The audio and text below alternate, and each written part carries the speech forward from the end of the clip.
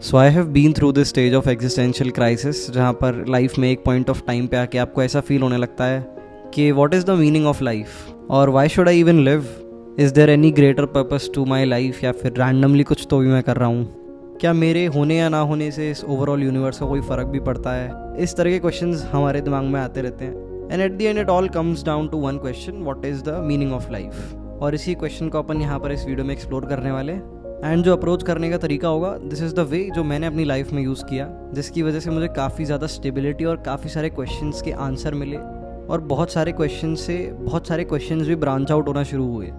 Alright, so coming back to what is the meaning of life.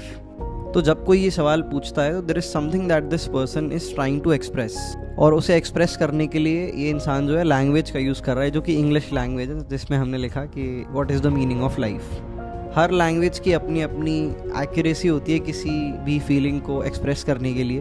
This is what I feel like. Hindi language में अगर तुम देखोगे तो बहुत सारे पर्यायवाची हमने स्कूल में बचपन में पढ़े हैं। लाइक अगर किसी को याद हो, हम धरती को धरा भी बोलते थे, भूमि भी बोलते थे, भू भी बोलते थे, और बहुत सारे इसके पर्यायवाची होते थे। तो ऐसा नहीं है कि ये सबका मतलब एक है।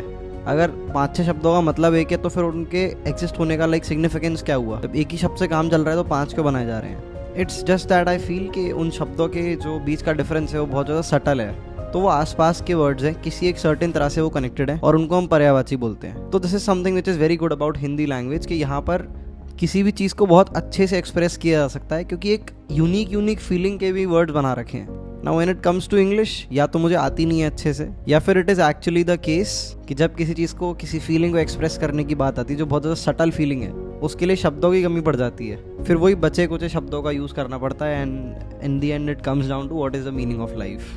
सो what I am trying to say is कि there is something that this person is trying to express. It is a certain feeling जो इसके अंदर से आ रही है। तो बेसिकली कोई भी question out of some feeling originate होता है। तो मैं उस फीलिंग को ट्रिगर करने की बात कर रहा हूँ, अंदर जाने की बात कर रहा हूँ, थोड़ा और सरफेस लेवल से है ना। सरफेस लेवल पे वर्ड्स है, उसके बाद जो है फीलिंग जो है जहाँ से वो ओरिजिनेट हो रही है, फिर हम देख सकते हैं कि वो फीलिंग क्यों ओरिजिनेट हो रही है, उसके नीचे क्या होता है। तो मैंने ये एक सर्टेन आस्पेक्ट इस सवाल की जो है एक्सप्लेन करने की कोशिश करी, जो कि मेरे को भी एक टाइम पे आके रियलाइज़ हुई थी कि मैं एक्चुअली में मतलब नहीं जानना चाह रहा हूँ। There is something which is coming out of me, एक सर्टेन फीलिंग है जो आ रही है, मैं उसको समझने की कोशिश करता हूँ, और वो जो चीज़ है वो शब्दों के थ्रू मैं नहीं समझ सकता, और मे बी शायद वो चीज़ अंडरस्टैंडिंग के भी परे है। ऑलराइट, मैं इसको यहीं पर रोकता हूँ, बहुत ज़्यादा कॉम्प्लिकेटेड हो जाएगा।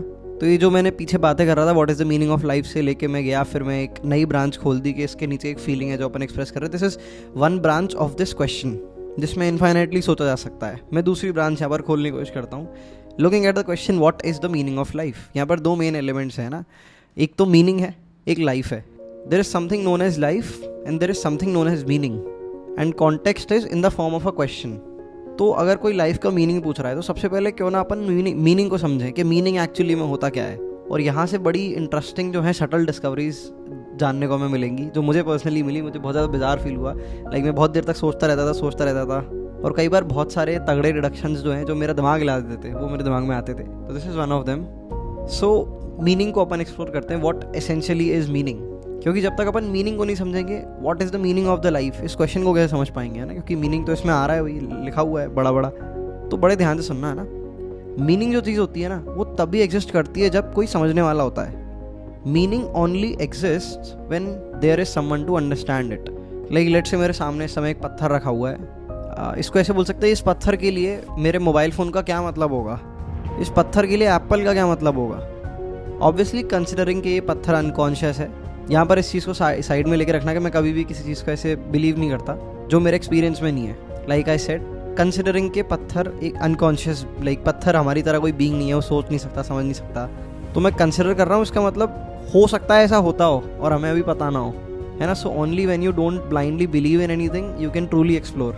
आगे बढ़ते हैं, अपन मीनिंग को एक्सप्लोर कर रहे थे, तो बड़ा ही एक मस्त चीज़ सामने आई, दैट वाज कि मीनिंग तभी एग्जिस्ट करता है जब उसे कोई समझने वाला हो।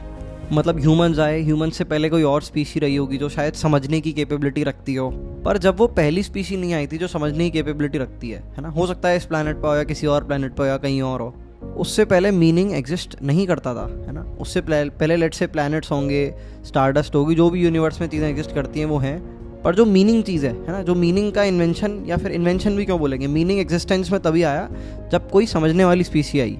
तो बेसिकली अगर तुम यूनिवर्स में से सारी समझने वाली लाइक समझने योग्य चीज़ों को हटा दो, तो फिर मीनिंग जैसा कोई कॉन्सेप्ट एग्जिस्ट ही नहीं करेगा। इनफैक्ट कॉन्सेप्ट जैसा भी कोई कॉन्सेप्ट एग्जिस्ट नहीं करेगा।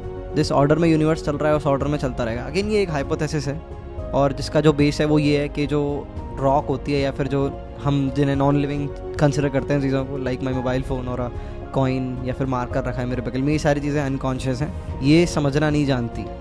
तो यहाँ पर अपन ने थोड़ा सा जाना कि व्हाट इज़ मीनिंग। इसमें भी बहुत ज़्यादा डीप जाया जा सकता है, क्योंकि अगर तुमने देखा हो तो मैंने बोला कि मीनिंग तभी एग्जिस्ट करता है जब कोई समझने वाला होता है। नाउ समझना क्या होता है इसको भी समझा जा सकता है ना, इसमें भी बहुत ज़्यादा डाइव इन किया जा सकता है। What does it means to understand, what does it takes to essentially understand. एक बच्चा जब पैदा होता है तो अंडरस्टैंडिंग कैसे शुरू होती है, मेमोरी, इन्फॉर्मेशन, कॉन्शियसनेस, इस सबका कॉम्बिनेशन कहीं ना कहीं किसी ना किसी तरह से मिलकर अंडरस्टैंडिंग आती होगी। So this is another branch of the question, what is the meaning of life. Now I will open the third one which is again very very very interesting, और इसमें सबसे ज़्यादा अमाउंट ऑफ रियलाइजेशन जो है भरा हुआ है।